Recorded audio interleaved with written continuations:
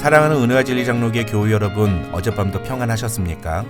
오늘도 우리에게 직분을 맡기시며 주의 일에 동참케 하시는 하나님의 은혜에 감사하며 주님을 위해 살아가는 하루가 되시기를 주님의 이름으로 축원합니다. 오늘 새벽에 만나 본문은 민수기 4장입니다. 그 중에 34절부터 49절을 제가 읽어드리겠습니다.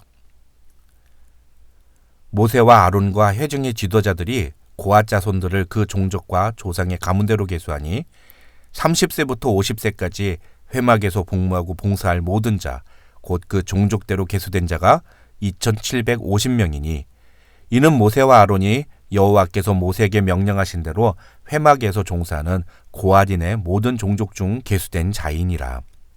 게르손 자손 중 그 종족과 조상의 가문을 따라 계수된 자는 30세부터 50세까지 회막 봉사에 참여하여 일할 만한 모든 자라. 그 종족과 조상의 가문을 따라 계수된 자는 2630명이니 이는 모세와 아론이 여호와의 명령대로 회막에서 종사하는 게르손 자손의 모든 종족 중 계수된 자니라. 무라리 자손의 종족 중 그 종족과 조상의 가문을 따라 계수된 자는 30세부터 50세까지 회막에서 복무하고 봉사할 모든 자라. 그 종족을 따라 계수된 자는 3200명이니 이는 모세와 아론이 여호와께서 모세에게 명령하신 대로 무라리 자손들의 종족 중 계수된 자니라.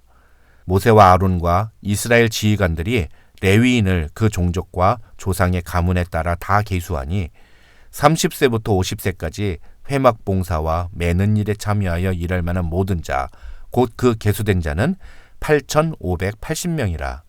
그들이 할 일과 짐을 매는 일을 따라 모세에게 계수되었으되 여호와께서 모세에게 명령하신 대로 그들이 계수되었더라.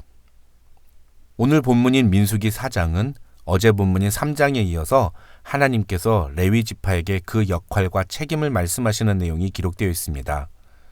오늘 본문은 그 주제에 따라 크게 두 부분으로 나눌 수 있습니다. 하나는 세 가문에게 주어진 역할과 책임을 말씀하고 있는 1절부터 33절이고 그 다음 34절부터 49절에는 그 세 가문에서 하나님이 맡기신 직무를 맡아 일할 사람의 수를 계수한 내용이 기록되어 있습니다.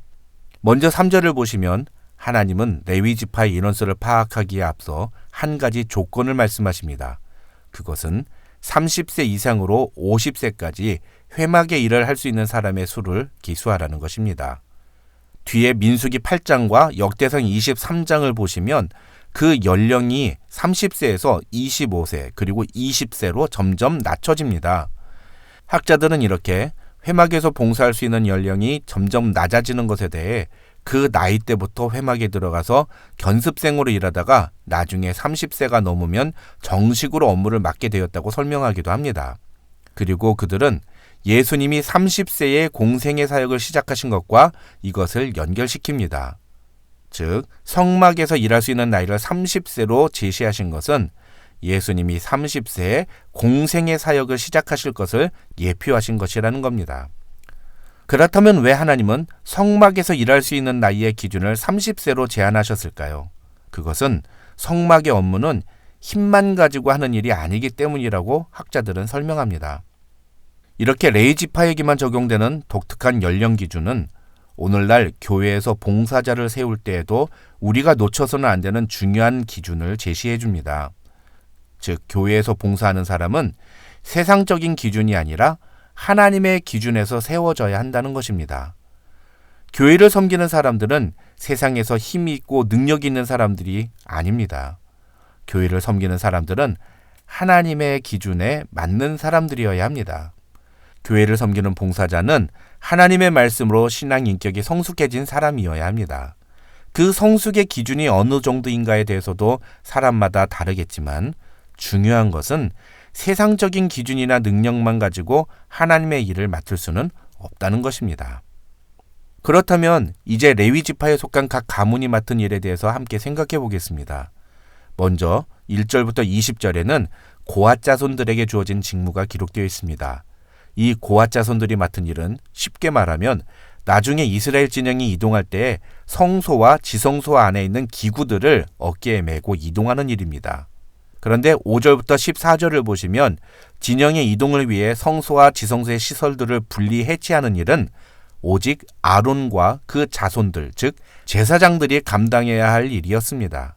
성소와 지성소의 시설을 분리하고 해체할 때 하나님은 고앗 자손들이 법궤나 등잔대, 향단과 번제단 같은 그 성물들을 직접 만지거나 분리 작업을 도와주지 말라고 명령하십니다.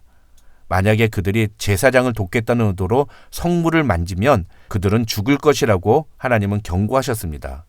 또 20절을 보시면 고앗 자손이 잠시라도 성소에 들어가서 성소를 보지 말라고 하나님은 경고하시는데, 만약 그들이 그런 행위를 하게 되면 역시 그들은 죽게 될 것이라고 경고하셨습니다. 이것은 매우 중요한 메시지를 우리에게 제시합니다. 하나님의 일에는 우리가 해야 할 일과 하지 말아야 할 일이 있다는 것입니다. 아무리 하나님의 일을 맡은 자라도 하나님의 말씀을 어기고 자기 마음대로 하나님의 영역을 침범하는 것은 결코 용납될 수 없는 일이라는 사실입니다. 그렇다면 우리가 절대로 해서는 안 되는, 우리가 넘어서는 안 되는 영역의 일들은 어떤 것들이 있을까요? 가장 대표적인 것이 죄사함의 권한입니다. 지난 수요강단 2단 연구 마지막 시간에 천주교를 다루면서 우리가 천주교를 2단으로 볼 수밖에 없는 이유는 바로 교황에게 사죄의 권한이 있다고 이야기하기 때문이라고 말씀드렸습니다. 인간은 그 누구도 죄를 사할 권한이 없습니다. 다만 인간은 다른 사람이 자신에게 지은 죄를 용서해 줄 수는 있습니다. 그러나 용서와 죄의 사면은 다른 것입니다.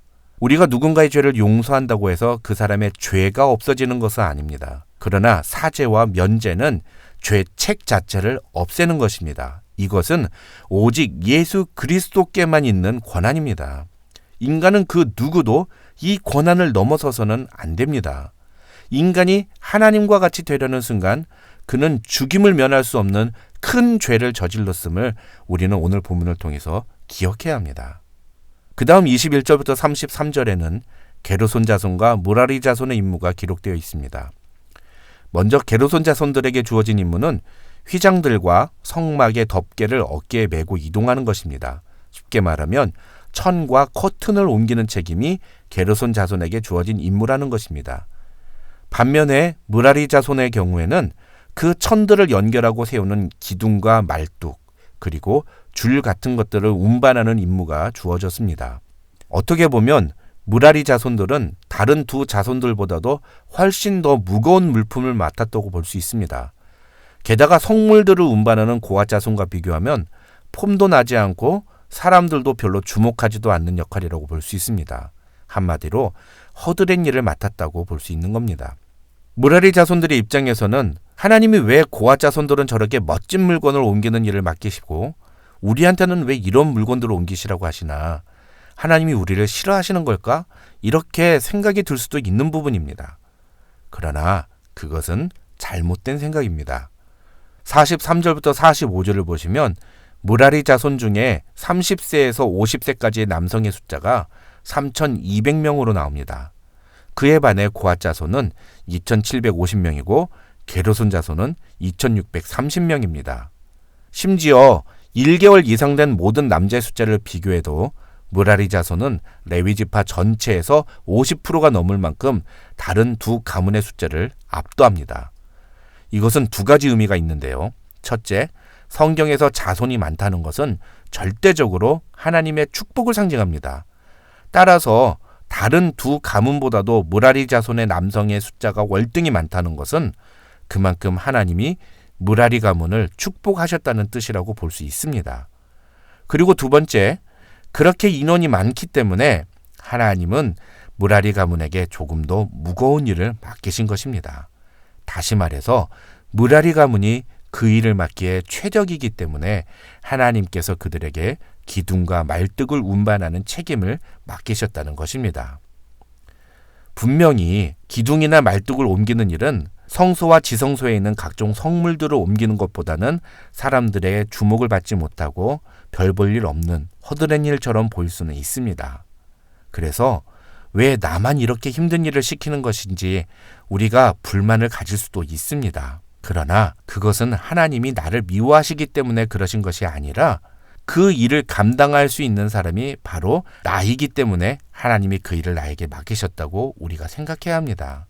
다른 사람에게는 많은 사람들이 주목하는 일을, 그리고 덜 힘들어 보이는 일을 맡기시면서 나에게는 아무도 주목하지 않고 아무도 인정해주지 않는 허드렛 일을 맡기시는 것처럼 생각할 수는 있을지 모르지만, 그러나 우리가 그 일을 묵묵히 하나님이 맡겨주신 그 책임에 성실하게 임할 때에 하나님은 반드시 그런 우리를 축복해 주신다는 사실을 믿으시기 바랍니다. 사랑하는 은혜와 진리 장로교회 교우 여러분, 오늘 새벽의 만나를 통해서 우리는 두 가지를 반드시 기억해야 합니다. 첫째, 하나님의 일을 감당함에 있어서 우리가 해야 할 일과 하지 말아야 할 일을 분명하게 기억하고 분별해야 한다는 것입니다. 우리는 우리의 생각과 기준으로 일하는 것이 아니라 하나님의 기준과 하나님의 말씀대로 봉사해야 합니다. 둘째, 우리 각자에게 맡겨진 역할과 책임에 최선을 다해야 합니다. 인간적인 생각으로 판단하거나 비교하지 말고 하나님이 우리에게 맡겨주신 직무에 최선을 다할 때 하나님은 반드시 우리를 크게 축복해 주실 것입니다. 이 사실을 믿음으로 고백하며 오늘도 주님을 위해 살아가는 성도들이 되시기를 주님의 이름으로 축원합니다.